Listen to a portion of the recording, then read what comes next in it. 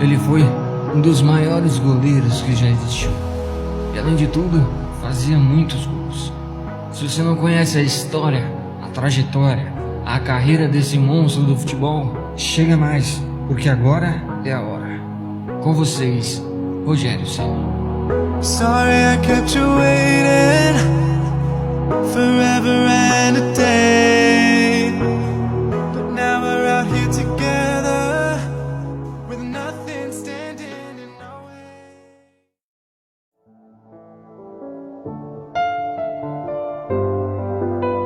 Rogério Muki Ceni nasceu em 22 de janeiro de 1973 em Pato Branco, Paraná. Aos 12 anos, sua família se mudou para Sinop, Mato Grosso. Aos 14 anos, Rogério trabalhava em um banco da cidade. E aí, em uma festa da empresa, o goleiro do time faltou. E aí, Rogério assumiu o gol e se saiu muito bem, gostou pra caramba da posição e dali em diante continuou sendo goleiro. Aí, em 1990, aos 17 anos, ele foi lançado pelo Sinop como o terceiro goleiro. Meses depois teve a oportunidade de jogar após os dois goleiros se lesionarem. Aí, Rogério mostrou todo o seu potencial. Rogério acabou sendo campeão mato-grossense daquele ano com o Sinop.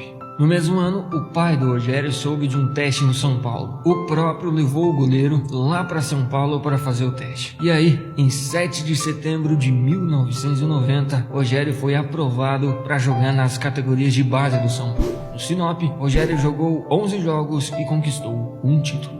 No São Paulo, em 92, após a morte de um dos goleiros que estavam no profissional do clube, Rogério Ceni foi promovido a terceiro goleiro do São Paulo pelo grande Tele Santana. Em 93, jogando tanto no profissional como no Júniors, disputou a Copa São Paulo, ao qual foi campeão. No mesmo ano, o jogador fez sua estreia como profissional e ainda pegou um pênalti. Também em 93, Rogério estava no elenco que conquistou a Recopa Sul-Americana, a Libertadores da América e o Mundial de Clubes. Em 94, ainda como goleiro reserva, foi campeão da Conmebol e da Recopa Sul-Americana. Em 95, junto com o elenco, conquistou a Copa dos Campeões Mundiais. Mostrar aí, quem sabe, mais 1 ou 2 treinos, a qualidade que a gente tem.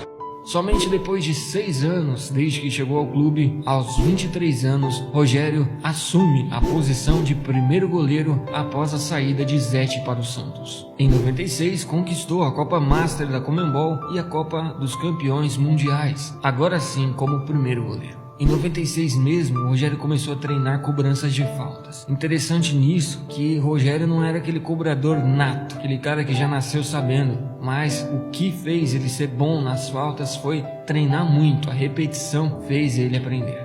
Aí, Muricy Ramalho, que era técnico do São Paulo na época, vendo o Rogério treinar as faltas e bater uma falta melhor que a outra, colocou ele como batedor oficial do time.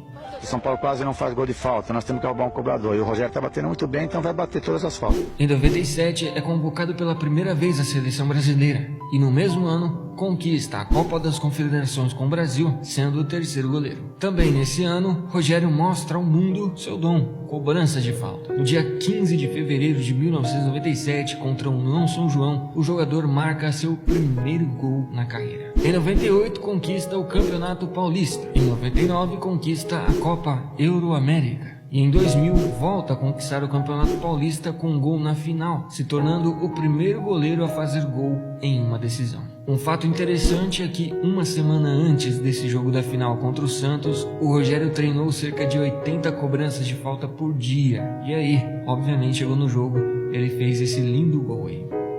Em 2001, conquista a Copa Rio-São Paulo. Em 2002, vai para a Copa como terceiro goleiro e faz parte daquela conquista do pentacampeonato. Depois disso, São Paulo e Rogério, apesar de sempre terem um time competitivo, ficaram até 2004 sem conquistar nada. Porém, isso mudou completamente em 2005, que foi um ano mágico tanto para o São Paulo quanto para o Rogério. O porquê que foi tão mágico? Veja bem, o São Paulo começa o ano conquistando o Campeonato Paulista, no meio do ano conquista a Libertadores da América e no final do ano conquista o Mundial de Clubes. E além das conquistas que o Rogério teve, ele foi considerado nessas 3 competições o melhor goleiro na Libertadores e no Mundial, foi eleito o melhor jogador da final e o melhor jogador da competição. Realmente o cara fez mitagens nesse ano de 2005. Em 2006, vai para a Copa sendo o segundo goleiro imediato de Dida. E aí, depois da Copa, Rogério e São Paulo voltam a fazer outra sequência incrível.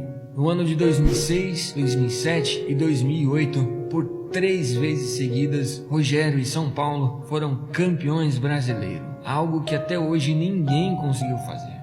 Depois disso, o São Paulo e o Rogério deram uma caída em questão de títulos. Porém, os gols do Rogério não. Ele sempre continuou fazendo gols, sempre continuou sendo importante para o time. Tanto que em 2011, o Rogério bateu uma marca incrível para um goleiro. Ele fez o seu 100º gol. E ainda em cima do seu arquirrival Corinthians. A barreira é compacta. O Rogério olha, vê por onde ela pode passar. Ficaram só 4, eram 5, agora ficam 4. O Jorge Henrique ali perto, também o Rodrigo. A visão do Júlio César é muito prejudicada. Partiu o Rogério, pé direito na bola, passou pela barreira. Gol!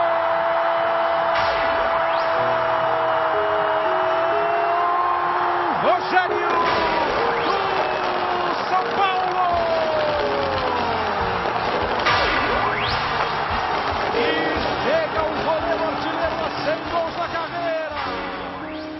Em 2012, volta a conquistar um título, agora a Sul-Americana. E em 11 de dezembro de 2015, Rogério encerra sua grande carreira no futebol. Em toda a sua carreira, Rogério jogou 1.238 jogos, fez muito mais gols que muita gente por aí, foram 132 gols e conquistou nada menos, nada mais que 19 títulos. Rogério é o jogador que mais vestiu a camisa do São Paulo e é considerado o maior jogador que o clube já teve. O Rogério exercia uma liderança incrível, tanto em campo como fora de campo, e era um cara extremamente profissional. Eu, estudando a história do Rogério, descobri que desde quando o Rogério subiu ali pro profissional, ele sempre teve o costume de chegar 30 minutos antes de todo mundo, e isso fez dele evoluir cada vez mais, tanto que ele usava esses 30 minutos para treinar falta, usava para treinar o tempo como goleiro, enfim, era um cara extremamente dedicado. O fato dele conseguir tantos gols não é apenas porque o cara sabia bater falta, mas sim porque o cara treinava muito.